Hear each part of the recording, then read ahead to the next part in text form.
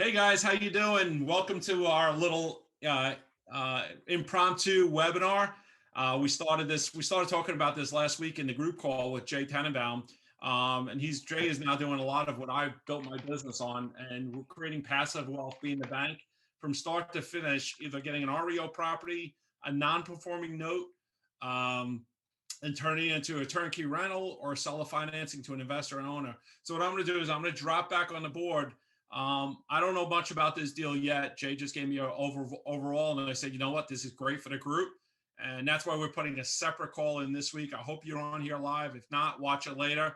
Make sure you comment in this chat, in this group post, so Jay and I can see the comments. You could tag Jay, tag myself if you want, but we'll both be watching it, and we're happy to answer any questions for you. These are the type of deals that you can join part of with Jay or with other people in the group and feel confident on how the deal is being done, or do it yourself. So I'm going to jump back to the group here. Board, give me a second here so you can see it.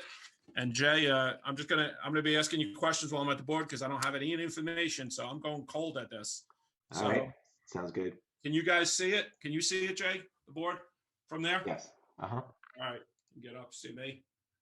I'm modeling. So I'm going to ask you some questions here, Jay, just, and we're going to go back and forth. So you bought this property for how much? 60,000. Okay. So you purchased it for 60,000. And did you use private money for the whole thing? Yes. Okay. How much did you borrow on this? Actually, we did it as equity. It's an equity deal right now. Okay. So you borrowed 60,000? We raised 60,000. Our investors, our joint venture partner. Yes. What about any rehab or anything like that? If we're not going to do the seller finance strategy, we're going to get our credit facility in place once we take it back at auction and refinance it out. Okay, so 60,000 is it, right? Correct. That's an equity position, so you're not paying interest on this money. Correct. Okay. You hear me well, by the way? Yeah. Okay, cool, because I can add the external mic. Okay, so 60,000. The reason I'm asking these questions, because a lot of times I would borrow money on something like this. I would be at 60,000, let's say a $20,000 rehab. So I'm at 80,000 plus interest. Maybe I'm at like 85,000 total I would borrow on something like this. But in this situation, Jay's doing an equity play. So I'm just giving you, if you raise private money, that's kind of how I do it. So I'm just taking you along what I do in a deal up front, right? Because I don't do too many equity deals. I do more debt. So you could do debt, you could do equity, you could do a preferred debt and equity together. That's how these syndications, you always see these syndications, right, Jay? These multifamily syndications. Correct. They're doing a debt and equity position. Jay is playing, he's playing in the equity position. I usually play in the debt position. So just something to think about. The positives about, and I'm going to bring this to your attention, the positives about what Jay's doing, the equity position, Jay doesn't have any payments due on this until he's out of the deal, right? Right, Jay? You just I mean, well, I don't have any payments on the deal. Why it's in foreclosure, but right. But at the time, I mean, that's why we're going through this model. To get the rehab money, and to take our cash out the majority of our capital, we will, once we take it back in foreclosure, get our credit facility involved. We'll get 90% of our purchase back, 70-90%, and then all the rehab. Okay, so we'll go through that as well too. Okay, so you're at 60,000 on this. Now, what are you looking to do? What's your plan on this right now?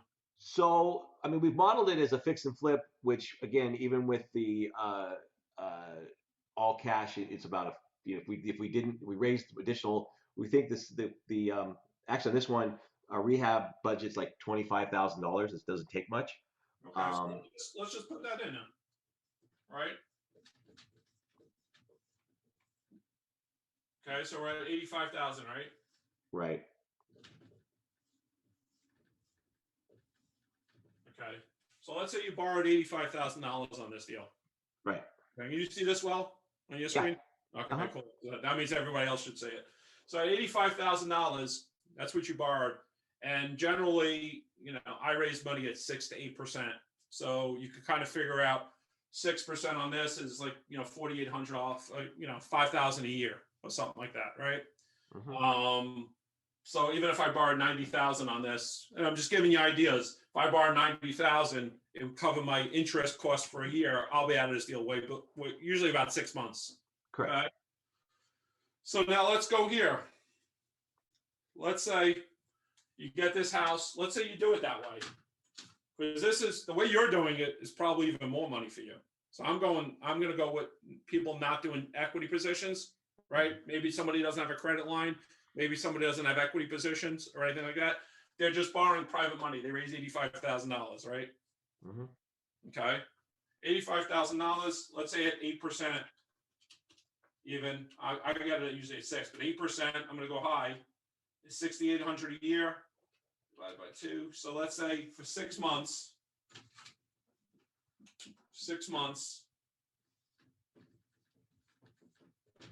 is $3,400 of interest. And I'm going to write it here so people know what it is. Rehab purchase.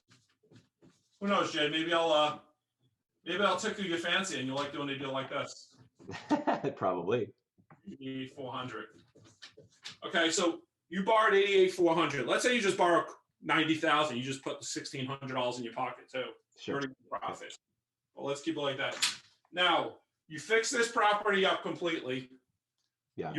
Let's say you rent it out. Okay. Okay. Or you sell it right away. But I'm just going to go by what I do in my model. I rent this out. So now I'm going over here to cash intake. How much money I bring in? How much would this property rent for? $1,100. Okay. $1,100 a month. I'm sorry. I would do my finger, but I don't want to walk around blue like a Smurf.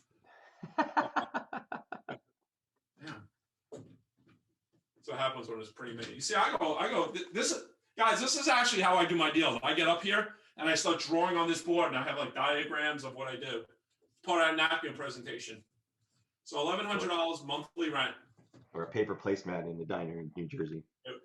Those work. Okay, so let's say I said we rent this thing out for 6 months. I usually like to rent it out a little bit, so I turn over a property to somebody that's rented. I know the tenants are good. It's managed. This is my model. So 6 months of rent is $6,600, right? Yeah. Okay. So I'm just going to go like that because I'm going to get 6 months rent. That's $6,600. Now, if we sell this property, how much is this property worth? What's the ARV on this thing? Low 143, high 158. 143 to 158. So let's just go in the middle. 150. How fair? Sure. All right. So we'll sell this sale price is 150. Okay. And the numbers are pretty close. They would probably work for them. Okay. So when I sell my properties, I take 30% down or $20,000, whichever is greater. What do you do on your properties when you sell? At least 10% down, if not more. Okay. On something like this, what do you generally think you would get for an investment? I wouldn't take 10% only because I wouldn't take $15,000 on a $150,000 property. I would want at least $30,000 minimum. That's me. I mean, well, I take. I'm sorry. Down payment from an investor. I've never done your model. I've seller financed this stuff to a tenant buyer and gotten 10% down. Okay, so we'll go through my model then. So I sell these to invest. I want 30% or $20,000, whichever is greater. So 30% of this is $45,000. And I have a lot of investors that come to me with $100,000, $200,000, and they want to know what they can buy. Essentially, if they have 150, they could buy one property for cash, right? Mm-hmm. Or 150, they can now buy 3 properties from us, 45,000 each, right? Right.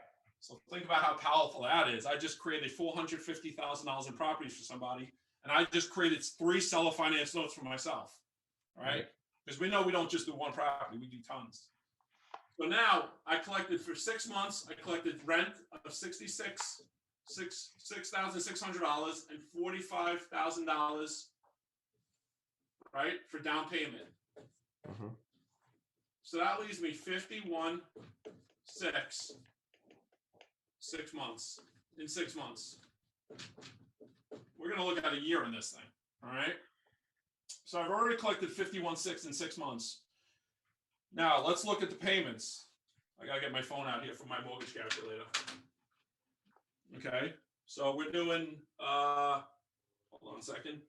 We sold it for 150,000 minus 30%. Minus 30%. So our mortgage, we're financing 105,000, right? So we're financing 105,000. I do it at a 30-year amortization and a 10-year balloon.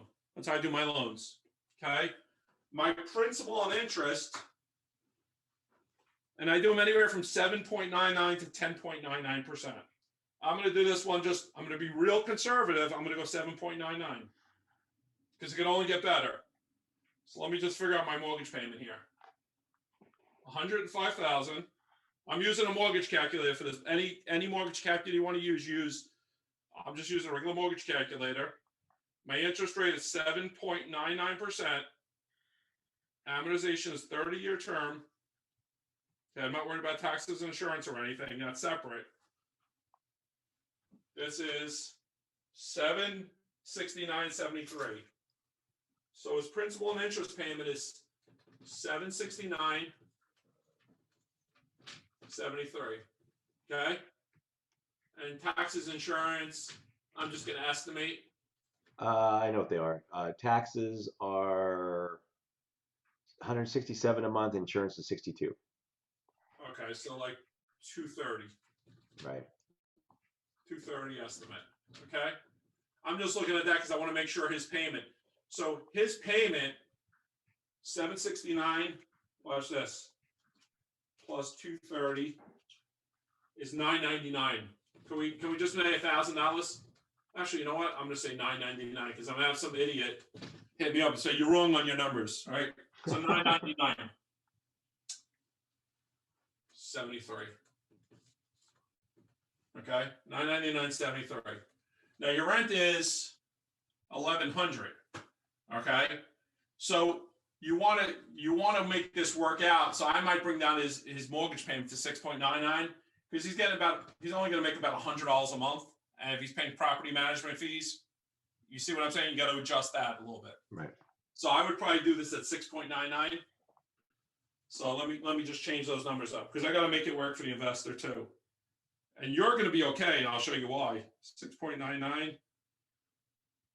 That's 697. So this becomes 697. This is why I say playing with your numbers. You got to make it work. And that's why the 1-to-1, when I say that 1% rent to value ratio, if this rent could be $1,500 a month and sales 150, now he's making like $500 a month. See why those returns always work? That's why I like doing this with a 1-to-1 ratio, a 1% rule. 687. That's why I look for houses with that 1% rule. 1% to us if we kept as a rental, or 1% is what you would sell it for to a seller finance? If I sell it. Okay. Or keep. Like, so if I sell this, I like this to be closer to $1,500 a month. Could be 14, okay. 1450. Sure. Just for my seller financing model to work. Because I like seller financing to investors, not really to owners anymore. But this is going to be a great deal to own occupant. I'm just showing you how I deal with investors. So 697 plus 230 is 927. Okay, so he's going to make, I don't know, about, let's say 2,400 divided by 40. He's going to make cash yield almost 6%, and his IRR is probably going to be about 13, 14%. Your IRR is your internal rate of return. That brings into effect your debt reduction, your appreciation, so on and so forth. Okay, so that kind of works for him. So this is at 6.99. Okay, owner occupant, you can only charge so much anyway because you have Dodd-Frank and you have CFPB and you have predatory lending rules. With investors, it's commercial, so you don't have to follow those. Other than certain markets like Tennessee doesn't see the difference, so you got to check with the market. Well, let me show you what you get now. This is the number we worry about, and we lowered it to 6.99. So this is 697. We're gonna, I was going to estimate, but I'm not going to estimate. So let's say for another 6 months, we collect the principal and interest, because that goes to you. You don't care about taxes and insurance, right? Right. So 697.87 times 6 equals, let's get my other color marker here. I'm going to show you where it starts getting really sexy. This is where it gets sexy. So now you collected another $4,187. Okay. This is 6 months rent, 6 months principal and interest. Okay. So now you're at a year here. Let's figure out 51,600 is 55,787. 787.22. This is how much you collected after 1 year total, right? Are we on the same page now? Okay. 6 months rent. 6 months. Got it. Okay. You collected $55,787.22, right? Right. And you borrowed a total from him of 88.4. So your return year one, your return is just a measly. It's a measly 63%. If I borrow the 88.4, what's my money cost?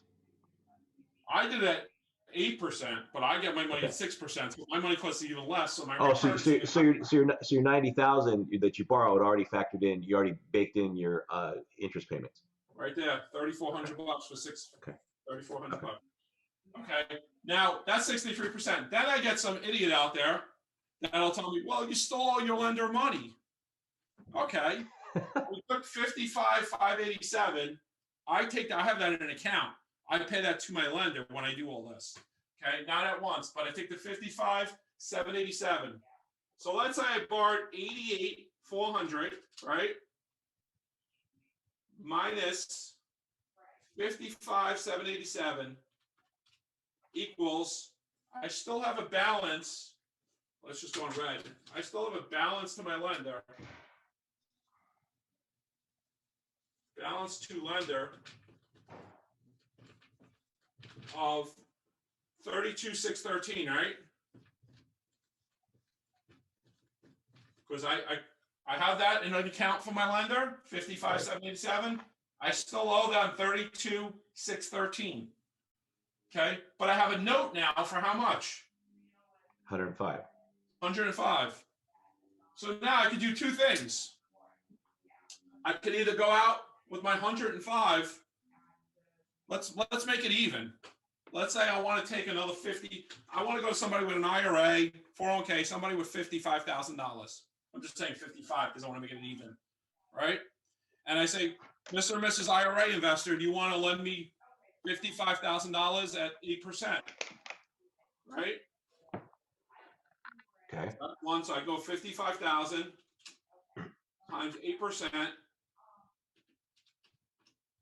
Okay. So if I borrow 55,000, I'm going to go over here. I'm going to raise 55,000 from another investor. So IRA, 401k, and I'm going to say, I get it at 6%, but I'm going to say at 8%. Okay. So now if I take 55,000, I now have $110,787 in my pocket. How much did I borrow from this guy? 88.4, 90,000. I'm not going to even get there yet. My payment on that, payment on the 55,000 equals 366. Okay. How much am I collecting principal and interest? 697 and change. Okay. Let's go basic math here. So we got coming over here. So 697. I'm just going to say 697 minus the payment of 366.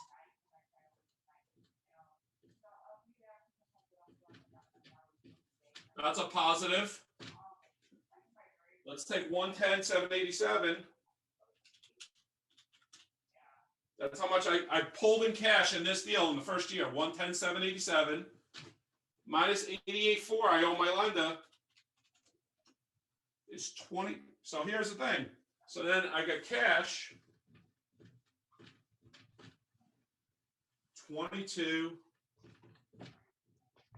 787. So check out how cool this deal is right now. This is how I do them now. Then I'll talk about how I used to do them. I sold the property for 150,000. I got 30% down, which is 45,000. I had a renter for 6 months before, that's 6,600. I pulled in a total after 6 months of 51,600. Then I collected 6 months of interest because I sold it to the investor of another $4,187. So after a year, I pulled in 55,787. Then I said, Mr. or Mrs. Investor, I have all these people with money, IRAs, 401ks, cash right now sitting that are making nothing. They're happy with 6, 7, 8% of their money. Let's say I pay them as high as 8%. Okay. Can you give me another 55,000 and I'll give you a first position mortgage on this property? Well, how could I give them a first position mortgage if there's already a lender? Because I took that 55,000 plus the money I collected, which is 110,787. I paid off my first investor, his 88,400. Let's say 90,000. Paid him off. He's out of the deal.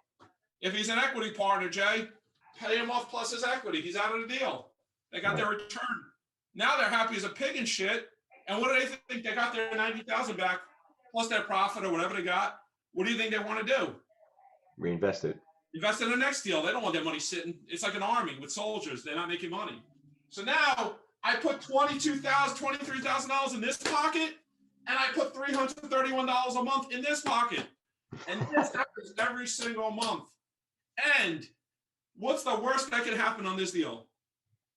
The borrower stops paying. No, that's the best. Exactly. Because he put $45,000 down. I have no money outlaid. I need $23,000. If he doesn't pay me, I sell it again for $150,000. Right. That's why this deal is great. That's why I do them all day long. Now, the way I used to do them. Before you go to you used to do them, let me ask you a question. So Yeah. on your 88.4, you factored in 6 months worth of interest, but if you're not paying him off for a year, it would be a little more, wouldn't it? Let's go 6,800. I'm sorry. So 3,400. I'm sorry. You're right. 6,800. Because I usually pay my guys off in 6 months. Right. But on this deal, the numbers didn't work. So 6,800. So about another 34. So it's 91.8. I think is the number. All right, 91.8. So I lost 3,400 out of it. 91.8. 800. Take away 3,400 from this is 22,787.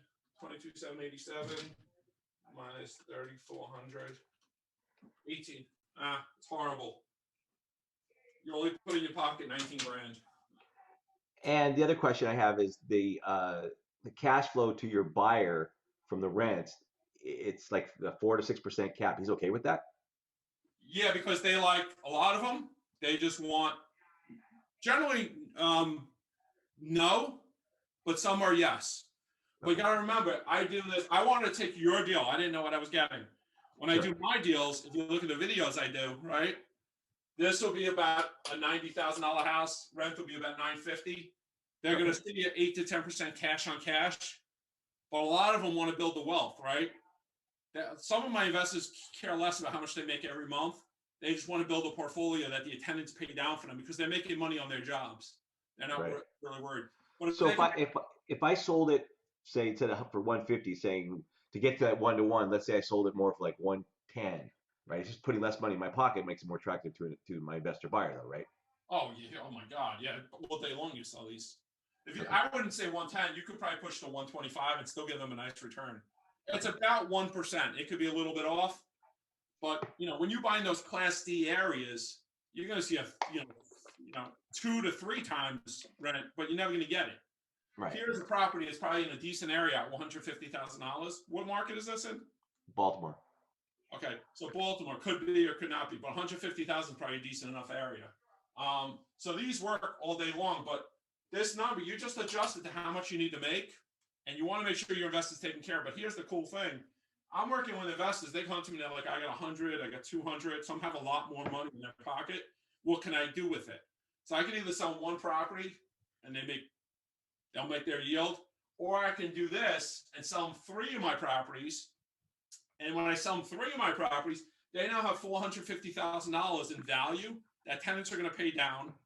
I created, so if I sold 3 properties the exact same way, I'm putting 60 grand in my pocket and $1,000 a month in my pocket.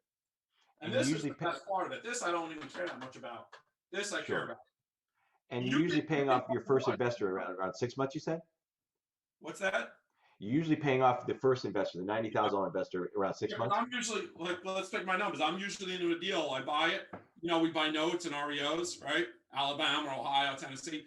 I might buy this asset for like 30 grand, put 15, 20 grand into it. I'm into it for 50, selling it for 90 to 100,000, right? So I'm collecting rent of this amount, right around this amount for 6 months. So let's say I collect 4,000 in rent, and I'm getting $30,000 down. I just got $34,000 down, right? Right. And now I'm paying them off. Okay. Because I'm only out of it. Maybe I take another 10,000 out of my pocket, pay them off. The way I used to do is I used to sell partial note sales. So I don't know if I want to go into partials with everybody in this group right now because I might confuse them. But partials, just you understand them. Partials means my payment is $697. I'm selling that payment to somebody. So I don't have my partial calculator in front of me, but let's say somebody wants a 10% return on their money. Let's just take 697 for argument's sake. It's not exactly this number, minus 10%, right? I'm just going to write it here so you understand a little bit of partial. I'm not going to teach a partial class right now. So 697, because obviously there's a time value of money, right? And there's a depreciation factor. Minus 10%, right? Equals, let's say 627, correct? Correct. Okay, 627. So basically, I'm going to sell somebody a payment for $627. Don't hold me to that because he's not the exact number, but it's very damn close. Correct, Jay? Yes. I used to sell partials all the time. So let's say somebody came to me with, let's say in the first year we collected $55,787, and I just wanted to pay my lender back, so I needed about another $40,000. So somebody came to me with $40,000 and said, "I want to invest with you." I could sell them payments and what kind of return do you want? I want 10%. I would take $627, $40,000 divided by $627, and I would sell them 63 payments, let's say 64 payments. Okay. But since this is a 30-year AM with a 10-year balloon, there's 120 payments due in 10 years, right? So after the 64th payment, what do you think happens with that loan? Reverts back to me on the 65th payment. The reason I don't like partials is I did them in the beginning because it's your way to really pay your investor back right away and get money in the back end. The reason I like partials is because I didn't like not seeing the money every month. And then I got to the point of, let's say somebody wanted 6-7% of the money and I was getting 10% yield on my payment. I would sell them a piece of it and I would take money on the front end and the back end. Got it. Right. So I don't want to get into partials with people right now because I'll confuse them just doing it like this. And I don't think this group we're really ready for partials class yet. But I think this is, if we take deals, and yours was a tough one because it was a high price for less of a rent amount. But if I took this on a $80,000 house, $90,000 house with $800-900 in rent, or if that rent was, I mean, just think about it. If this rent was $1,400 a month, we're seeing another $400 a month, right? So payment's $927. Let's say the guy's seeing $1,400. That's $473 a month times 12, $56.76 a year divided by their $45,000. They're seeing a 12.5% yield. That's very high.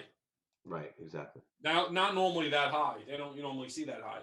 But that's basically, that gives you an idea. The reason I'd rather even sell this, I'd rather sell this to an investor. It's a lot easier. I can sell them a lot more deals. Like I said, I remember we did our numbers in 2019, and I didn't even finalize my numbers for 2020 yet. 2019, we did 182 deals. We only worked with 18 investors. For you to do 182 deals, you got to work with 182 buyers. Right. Now that's a lot harder. I don't have to follow Dodd-Frank CFPB with this. Right. I mean, they're rented, they're managed. When I sell it to them, they're usually rented and managed already. Mhm. They're rehab, rented, managed. And the documents I make people sign I go to 5, the mortgage, the note, personal guarantee, a confession of judgment, and an assignment of rent. So if you don't pay us, we get the rents the next month, essentially. Can you do a confession of judgment up front before there's any default? I think I It's should confession of judgment. Yeah. confession. You're saying deed in lieu. Deed in Right. lieu, you could do it in certain states. Like Delaware, yes, you can do it. Most states won't let you do it. No, I was referring to when I used to buy harbor stuff. They were getting termination of land contracts signed upon origination, which is Well, illegal. in Delaware, you can. In fact, my attorney made me do it, and it's called a deed in lieu here. And he's the one who told me to do it. I didn't think you could do it, but in Delaware you could do it. I tried to do it in Tennessee. They said no. Florida said no. Pennsylvania said no. But Delaware, yes, you can do it.